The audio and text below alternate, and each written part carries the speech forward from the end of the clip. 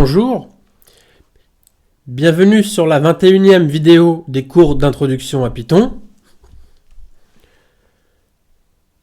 Dans cette vidéo, on va parler des conditions complexes. Donc si vous entendez un peu le mot, vous comprenez que la présentation c'est plus une présentation pour des personnes qui veulent approfondir leur connaissance des conditions et pas vraiment une introduction. Mais j'ai préféré la mettre dans la partie introductive, plus pour l'allier avec les conditions et pas l'avoir à un autre endroit éloigné. Et comme ça, tout est logique, tout ce qui se ressemble est au même endroit et on n'a pas à chercher pendant 10 000 ans. Donc, pour les conditions complexes, il en existe plusieurs. Donc, premier exemple de conditions complexes, les conditions sur une ligne. Les conditions sur une ligne, en général en Python, on ne le fait pas parce qu'on préfère avoir quelque chose de très lisible. Une condition comme ça, c'est pas lisible du tout, donc on évite, sauf si le but c'est de minimiser le code. Si c'est une condition qui est aussi simple que ça, on peut le faire, mais si ça se complique, évitons. Donc, dans cette condition, on voit que si f est dans foo, on va afficher 1, on va afficher 2, on va afficher 3. Donc, chaîne de caractères.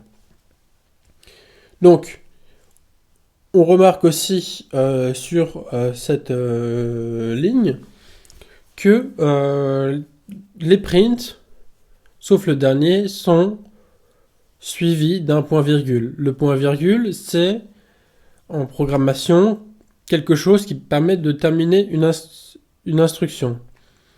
En Python, on n'en voit pas beaucoup, mais dans certains langages comme des langages shell, c'est-à-dire bash ou zshell, on les retrouve quasiment tout le temps. Dans d'autres langages aussi, mais je ne vais pas vous les citer un par un, ça prendrait pas mal de temps pour pas grand-chose. Donc, voilà la traduction en conditions normales de la condition sur une ligne. Vous comprenez, c'est quand même plus lisible d'avoir quelque chose comme ça que d'avoir la chose qu'on avait au slide précédent.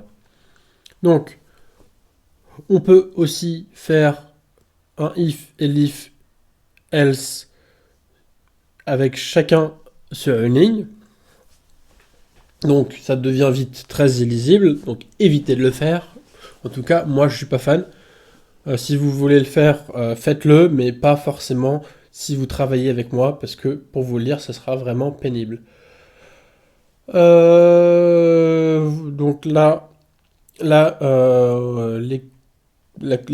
ce qu'on essaie de valider, c'est tout simplement si x est égal à enfant, si x est égal à adulte, et si x n'est ni l'un ni l'autre, bah faire autre chose. Voilà. Donc là, on voit très bien que comme x est égal à enfant, la première comparaison est validée, donc ça nous affiche les 3 prénoms des enfants. Voilà. Donc le même exemple normalement, c'est beaucoup plus clair, beaucoup plus lisible. Je vous invite à faire et à garder celui-là. Cette structure-là, sur plusieurs lignes. Moi, je préfère avoir 100 lignes qui soient lisibles, claires, que passer 20 minutes à essayer de déchiffrer une dizaine de lignes. Après, oui, si vous partagez peut-être votre code ou que votre code, vous voulez compliquer la vie aux personnes qui le lisent, bah faites.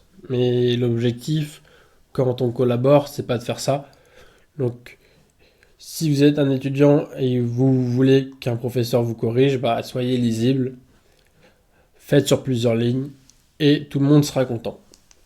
Donc, les conditions imbriquées, on peut imbriquer les conditions.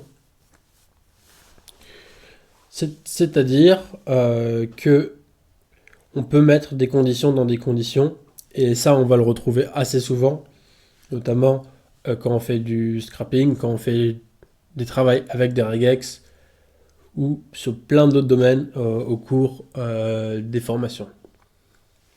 Donc là, qu'est-ce qu'on fait dans cet exemple-là? On va demander à l'utilisateur de rentrer un prénom. Ensuite, on va mettre ce prénom en minuscule grâce à une méthode de string qui est .lower. Et après, on lui assigne un âge. Donc, on va, après avoir ces trois informations, on va créer une condition. Et une condition if else. Et la chose qu'on va tester, c'est de savoir si le prénom minuscule égale à Paul. P-O-L. Donc si ça l'est, on rentre dans le bloc un entier, c'est-à-dire on va sur la droite. Et si c'est pas Paul, le prénom, on dit que l'on ne connaît pas, qu'on ne connaît pas la personne. Donc si le prénom en minuscule c'est Paul, on lui dit bonjour, on dit bonjour Paul. Donc quand, après avoir dit ça, on arrive sur une condition imbriquée, c'est-à-dire dans le nouveau bloc, il y a une nouvelle condition qui est là. Et là, on va essayer de savoir si Paul a 25 ans ou si Paul a 26 ans. Donc là, si 26 égale 25, on va afficher un jour de plus avec Paul. Mais encore, si 26 égale 26, on va souhaiter un bon 26e anniversaire à Paul. Voilà. Donc là, comme la personne a obligatoirement 26 ans, le code s'arrêterait à ce niveau-là si la personne s'appellerait Paul. Donc, on voit aussi une chose, c'est que l'âge étant 26 ans et que dernier test de condition avec Elif s'arrête à 26. Si la personne aurait 27 ans, peu importe les tests, on aurait continué si rien n'était, comme si de rien n'était après le print. C'est-à-dire qu'on n'aurait pas affiché un jour de plus avec ou bon 26e anniversaire. Donc, autre chose qui est intéressant de savoir par rapport aux conditions, c'est les assignations de conditions. Moi, j'utilise les assignations de conditions très fréquemment parce que ça peut être très très utile quand la condition est simple ou pour vérifier si quelque chose est vrai ou faux. Donc là, dans ce cas-là, on veut vérifier si une personne est majeure ou mineure, un peu comme d'habitude. Donc si elle est mineure, si l'âge est inférieur à 21, on va afficher ça. On va stocker mineur dans la variable. Et si l'âge est supérieur à 21, on va stocker adulte. Donc si l'âge inférieur à 21, on va à gauche, sinon on va à droite. Donc là on voit très bien que quand on débug la variable variable stockage de conditions normalement, on a pour résultat minor. Donc, autre exemple, un peu plus poussé. Je veux savoir ce que l'on va me donner en fonction de mon âge si je ne travaille pas. Donc là, c'était un exemple que j'ai eu en cours avec des élèves. On discutait sur un sujet, notamment combien quelqu'un qui n'est pas à Pôle emploi et qui n'a pas de travail touche tous les mois. Donc on a fait un petit programme lié à cette discussion-là. Donc on assigne l'âge de la personne, on assigne le nombre d'enfants de la personne, et derrière on va récupérer et stocker le résultat de la condition, c'est-à-dire si l'âge est inférieur à 25, la personne aura 100 euros. Et sinon, si l'âge est supérieur à 25, la personne aura 480 euros. Donc ça, c'est pour une personne célibataire. Ensuite, on veut voir quels sont les droits supplémentaires en fonction du nombre d'enfants. Donc là, on récupère la variable stockage de conditions des droits. Et on va faire l'addition de 150 fois le nombre d'enfants. Donc la personne ayant 2 enfants, ça va faire 480 plus 300.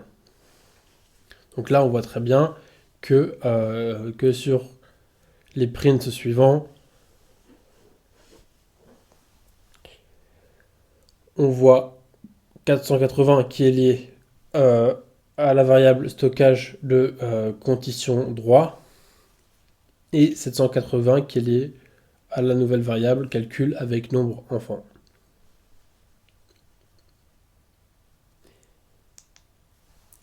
Donc, si vous avez la volonté de faire les exercices, vous avez la chance. Ces exercices-là sont assez bien et ces exercices commencent à être intéressants. Donc,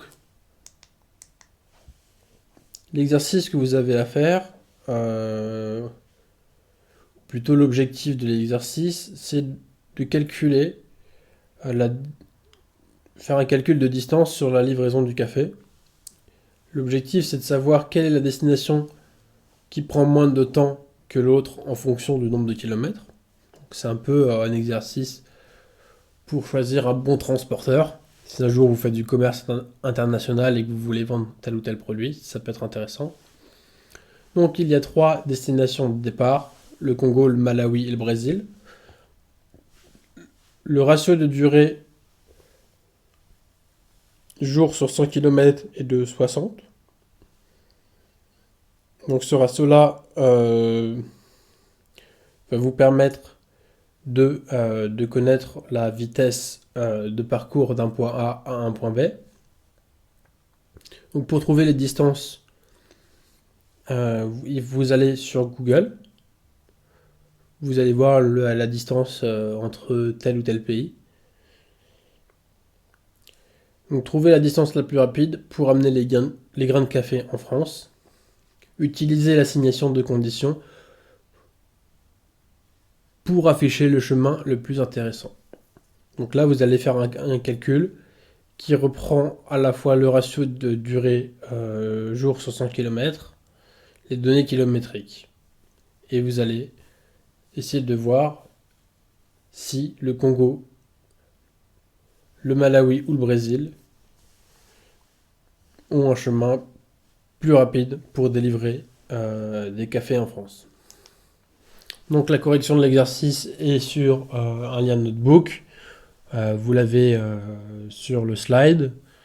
Si vous avez des questions, que ce soit sur l'exercice ou sur le cours, n'hésitez pas à me les poser, à mettre des commentaires à certains endroits si vous voulez. Sur ce, on arrive à la fin de la vidéo. Je vous souhaite bon exercice et à la prochaine vidéo. Allez, ciao!